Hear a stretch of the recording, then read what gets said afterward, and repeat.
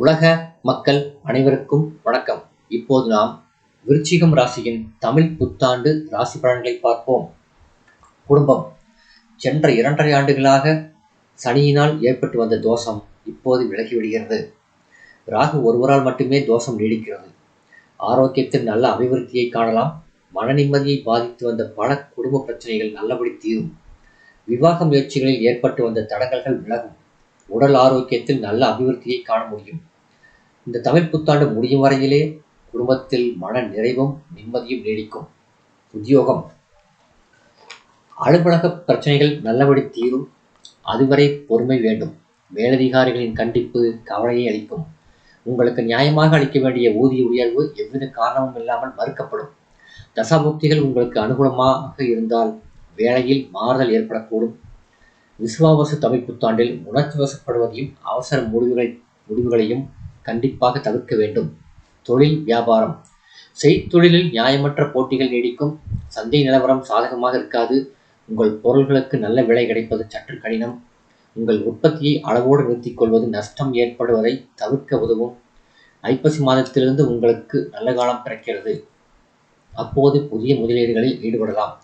புதிய விற்பனை நிலையங்கள் திறப்பதற்கும் நல்ல வாய்ப்பு உள்ளது. நிதி நிறுவனங்களின் ஆதரவும் உதவியும் கிடைக்கும். கலைத்துறையினர். புரட்டாசி முடியும் வரையில் கிரகநிலைகள் அனுகூலமாக இல்லை. அதன் பிறகு சாதகமாக மாறுகின்றன. அளவோடு வாய்ப்புகள் கிடைக்கும். தமிழ் புத்தாண்டின் முதல் 6 மாத காலம் குறைந்த வருமானத்தில் செலவுகளை சமாளிக்க வேண்டியிருக்கும். எதிர்பார்த்திருந்த வாய்ப்புகள் ஏமாற்றத்தை அளிக்கும். அதன் பிறகு வருடம் முடியும் வரையில் நல்ல வாய்ப்புகள் கைகொடுக்கும். உங்கள் பொருளாதாரத்தை இப்போது சீர் செய்து கொள்ள முடியும். அரசியல் துறையினர். உட்கட்சி பூசல்களில் தேவையில்லாமல் உங்கள் பெயர் அடிபடும்.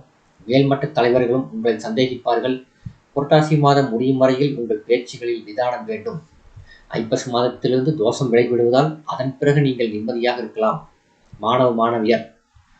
விசுவாவசு தமிழ் புத்தாண்டின் ஆரம்பத்திலிருந்து புரட்டாசி முடியும் வரை வித்யாக்காரகரான புதனும் கல்வித்துறைக்கு தொடர்புள்ள மற்ற கிரகங்களும் சுபபலம் பெற்று சஞ்சரிப்பதால் படிப்பில் நல்ல முன்னேற்றம் ஏற்படும்.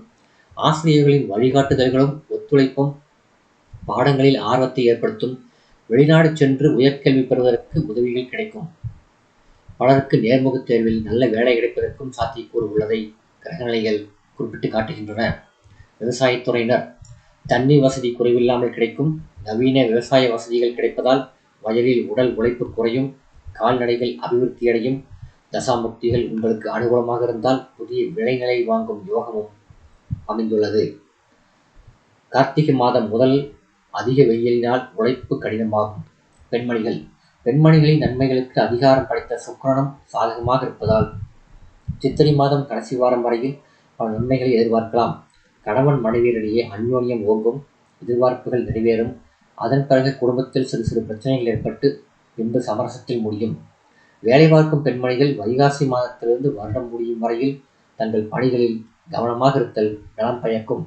பரிகாரம். சனிக்கிழமைகளில் அருகிலுள்ள திருக்கோயில் ஒன்றில் மாலையில் நல்லெண்ணெய் தீபம் ஏற்றுவது சிறந்த பரிகாரமாகும். இந்த வீடியோ உங்களுக்கு பிடிச்சிருந்தால் லைக் பண்ணுங்க, ஷேர் பண்ணுங்க, சப்ஸ்கிரைப் பண்ணுங்க. நன்றி.